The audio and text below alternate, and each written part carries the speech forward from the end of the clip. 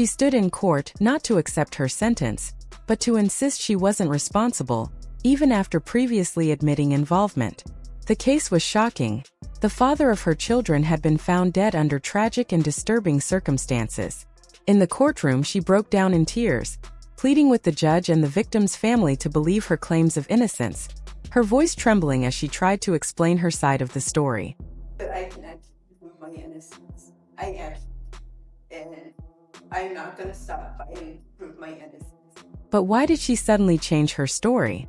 And even more surprising, what convinced the judge to dismiss her previous guilty plea and reopen the case? Ms. Michael Dunn, Mr. Giordani says that he's willing to let you out of your plea and he's willing to try this case. And you understand that he's willing to try this case on an open murder, so a jury can convict you of a first-degree murder. You understand that? Oh, and did I mention she wasn't just in a relationship with the victim, she was married to his son? Yes, legally married to the adult son of the man who fathered her children. That made her both the mother of his children and his daughter-in-law. How do you even begin to untangle that? And what role did that complicated connection play in the case? Was this a strange twist of justice, or a desperate attempt to rewrite it? This is the complex and still unfolding story of Devin Michaels, a case that left investigators, the public, and even the courtroom at a loss for words. Before we get to the shocking discovery that started it all, we need to understand who Devin Michaels really was. Devin wasn't some random name suddenly making headlines.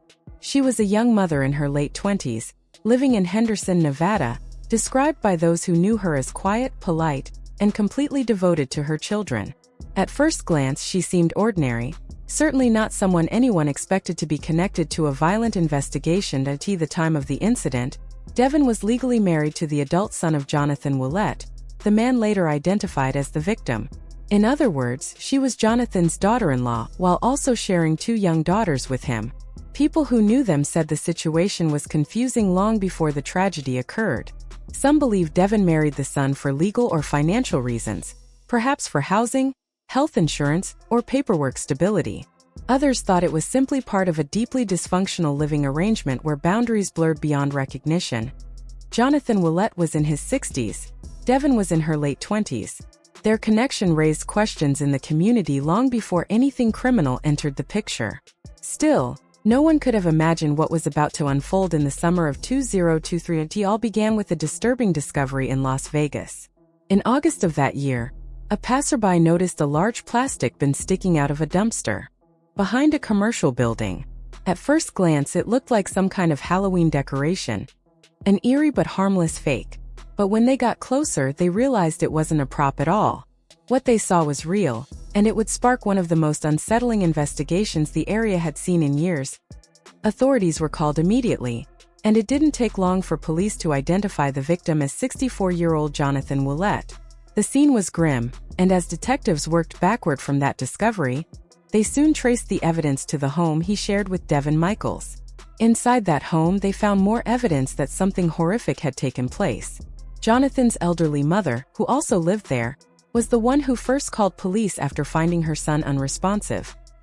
Investigators now faced a house filled with disturbing evidence, a family dynamic unlike anything they had ever seen, and a young woman who claimed to have no idea what happened. Devin told police she didn't know where Jonathan had gone, but detectives quickly found inconsistencies in her statements. Phone records showed unusual activity around the time Jonathan disappeared. Surveillance footage reportedly captured Devin's vehicle near the area where the plastic bin was discovered. When police obtained a search warrant for the residence, they found traces of blood, cleaning materials, and signs that parts of the home had recently been scrubbed. The findings painted a grim picture. Yet through it all, Devin insisted she was innocent. Detectives described her demeanor during questioning as surprisingly calm. Some said she seemed detached, even frustrated, rather than visibly emotional. That response led to more speculation. Was she in shock? Or was there something she wasn't saying? As the investigation continued, the evidence against her grew. Eventually, prosecutors brought formal charges. Then came a moment that caught everyone off guard. Months after the initial discovery, Devin Michaels appeared in court and entered a guilty plea. It was quiet, unexpected, and seemed to seal her fate. In open court, she admitted responsibility for Jonathan's death. Legal analysts speculated that her plea was an attempt to avoid a harsher sentence at trial, trading uncertainty for a measure of control. Her attorneys remained tight-lipped, offering no public statements beyond confirming that a plea deal had been entered. For a while it seemed the case was over. The story faded from headlines and attention turned toward the upcoming sentencing hearing. But on the day that hearing arrived, Devon did something no one could have predicted. As she stood before the judge, instead of accepting her sentence, she recanted. Through tears, she declared, "I am innocent and I can prove it." The courtroom fell silent.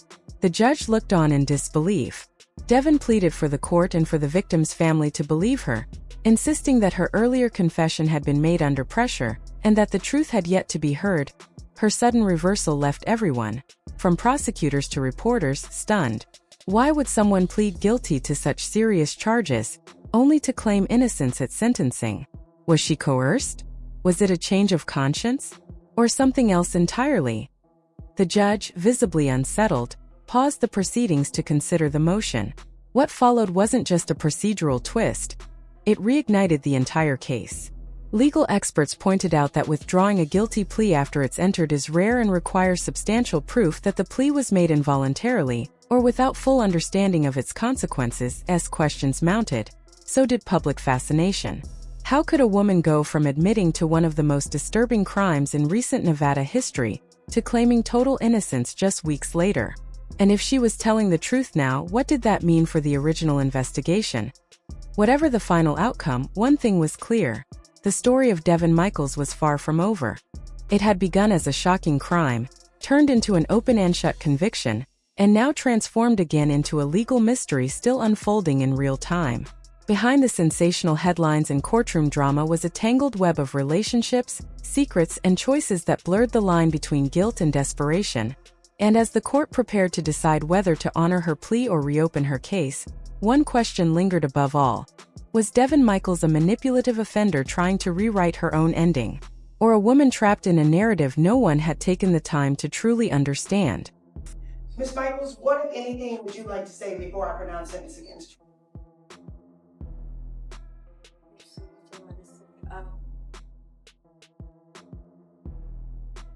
Jonathan was very special for me, and I know no matter what I say at this moment, I know right now no one in the family is going to believe me. I know right now no one in the family feels that I am innocent at any point, and I understand that, but I can actually prove my innocence. I actually can, and I'm not gonna stop fighting to prove my innocence. I have more than enough, and Jonathan deserves to have the actual person who's guilty behind bars. I was helping Jonathan. I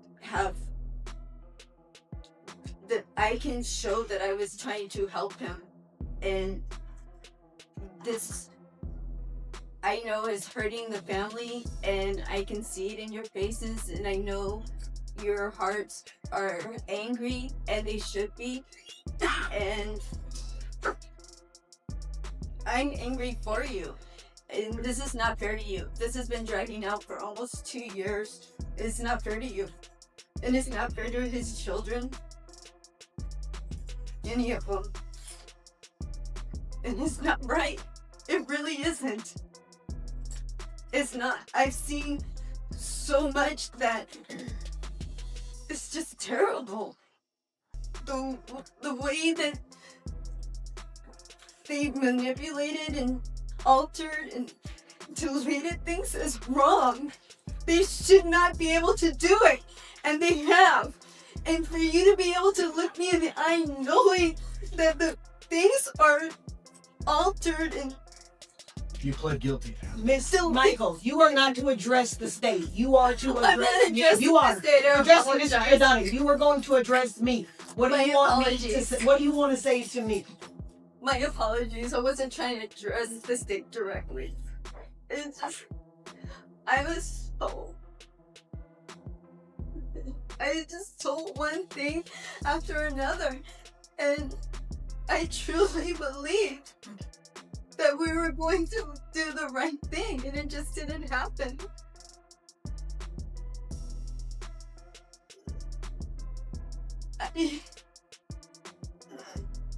I am so sorry for all of this, but I am so sorry. But I didn't do this, and I didn't know this would end up like this. I really didn't. And I will forever apologize to the family. But I don't know how to fix any of this anymore. I don't.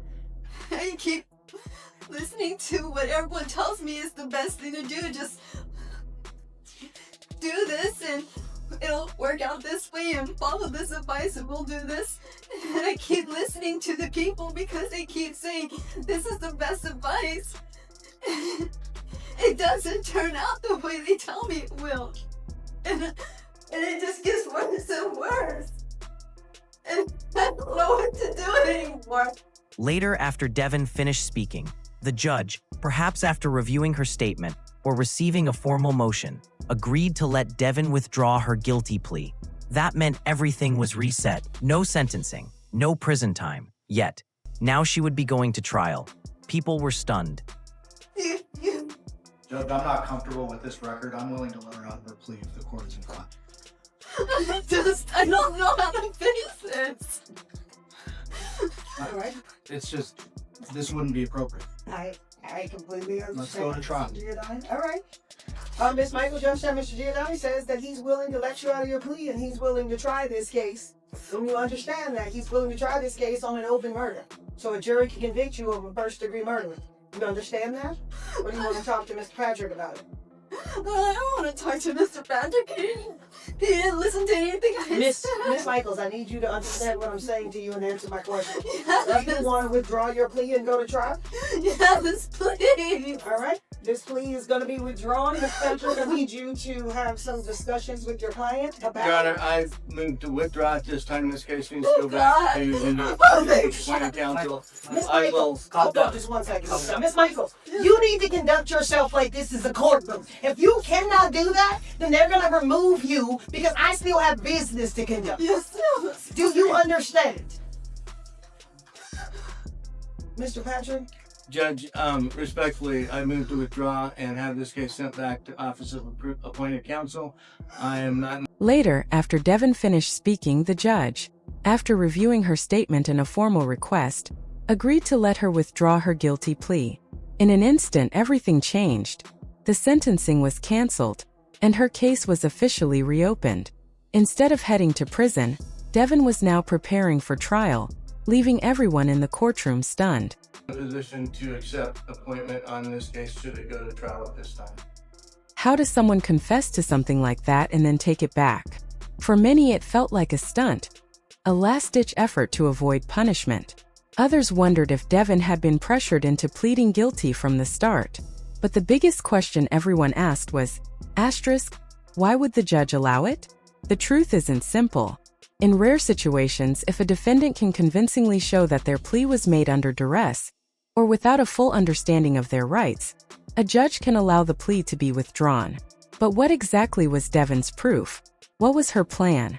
No one knew for sure. To understand the full picture, we have to revisit that tangled family dynamic. Devin was legally married to Jonathan's adult son. Yet she had children with Jonathan himself. That made her, at the same time, his daughter-in-law and the mother of his children. It wasn't just complicated, it was chaotic. Some have speculated the situation might have been fueled by jealousy, control, or power. Was Devin trying to manage an unstable family situation? Or had things turned toxic, possibly even violent? While we may never know every answer, the upcoming trial will dig deep into these questions. As for her defense, there's speculation she'll claim someone else committed the crime, and that she panicked in the aftermath. Others believe she'll argue she acted under mental duress, possibly linked to emotional or psychological strain from a volatile relationship. Whatever her strategy, one thing is clear. If she truly has evidence of her innocence, her defense team will need to present it convincingly in court. Meanwhile, the prosecution maintains that the case against her is solid, and that the physical evidence leaves little room for doubt. If she's convicted at trial, her sentence could be even harsher than before. Devin said she could prove her innocence, and now she has the chance. The world will be watching to see whether this is a desperate twist or the start of a deeper truth. A mother, a daughter-in-law, a suspect, a family torn apart. The Devin Michaels case is far from over.